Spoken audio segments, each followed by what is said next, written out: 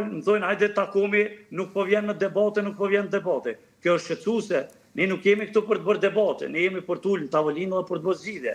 Sepse qytetarëve nuk i interesojnë ndoshta këto telashe që s'do duhen ndodhin. Dhe po mundohen me shtri këtë problematik në rrafshin e debate. Është e papranueshme edhe e paimagjinueshme, sepse komuna është aksionar i ndërmarrës dhe realisht është vetë themeluesi i kompanisë. Zotëri Reqica, ajo që është raportuar në fakt gjatë ditës së sotme është edhe një marrëveshje e arritur mes komunës së Prishtinës edhe kompanisë pastrimi me një vlerë prej 1.5 milion euro. Mes kujt është arritur kjo marrëveshje, a keni informacione apo jo? Është mirë me na sqaru edhe neve edhe drejtori se e poshtë dhe lexova dhe po ta pyetjet shumëta.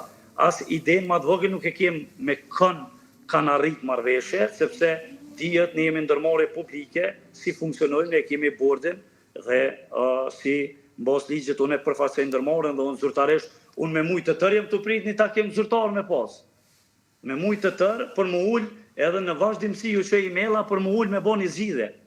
As për vete, as për ta, po për qytetarët edhe me kry shërbimin, edhe normalisht për punëtorët tonë, që po i rrezikojmë milionë edhe pa paga dhe pa kashotën e bukës. Kjo është totalisht nuk e kam idenë me kënë e kam bo marrëveshje, zyrtarisht nuk jem ftu, zyrtarisht nuk më kanë dërgu email për këtë çështje dhe zyrtarisht nuk kemi nënshkru kur gjë.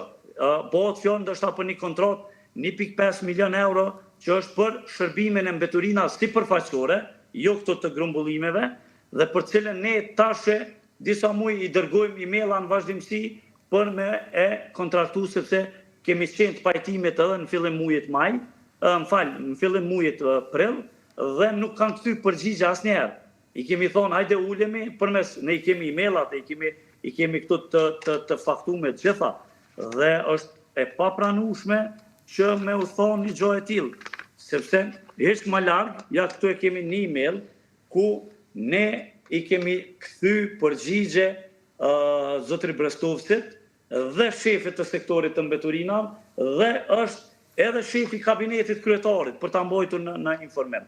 Dhe jemi qenë gatshëm çdo herë me nështru dhe jemi të gatshëm për çdo marrëveshje që përputhje me ligjin dhe është e mirë edhe për ndërmarrjen edhe për shtetin.